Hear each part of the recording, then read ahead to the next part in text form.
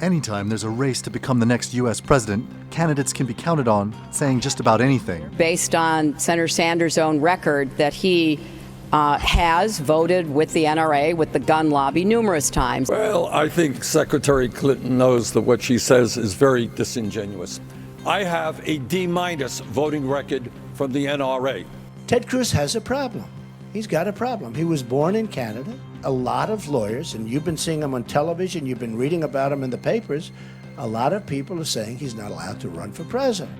And I'll tell you, I'm not going to be taking legal advice from Donald Trump. You don't have to. Regardless of who takes whose advice, what's important now is that the actual nomination process for this year's election has finally begun. 4 states, Iowa, New Hampshire, South Carolina, and Nevada, will hold primaries and caucuses in February to choose party delegates. Those delegates will then go on to pick their presidential nominee. The process begins in Iowa on February 1st, followed by New Hampshire on February 9th. Although less than 2% of the delegates come from these 2 states, they're considered good indicators of the eventual nominee for both major parties. In the last 40 years, Bill Clinton was the only candidate to be nominated without winning Iowa or New Hampshire. Now, he's campaigning for his wife.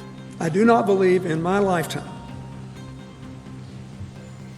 anybody has run for this job at a moment of great importance who was better qualified by knowledge, experience, and temperament to do what needs to be done now to restore prosperity.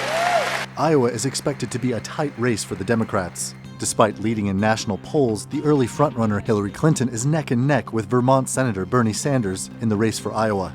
And the latest poll suggests Sanders has a significant lead in New Hampshire.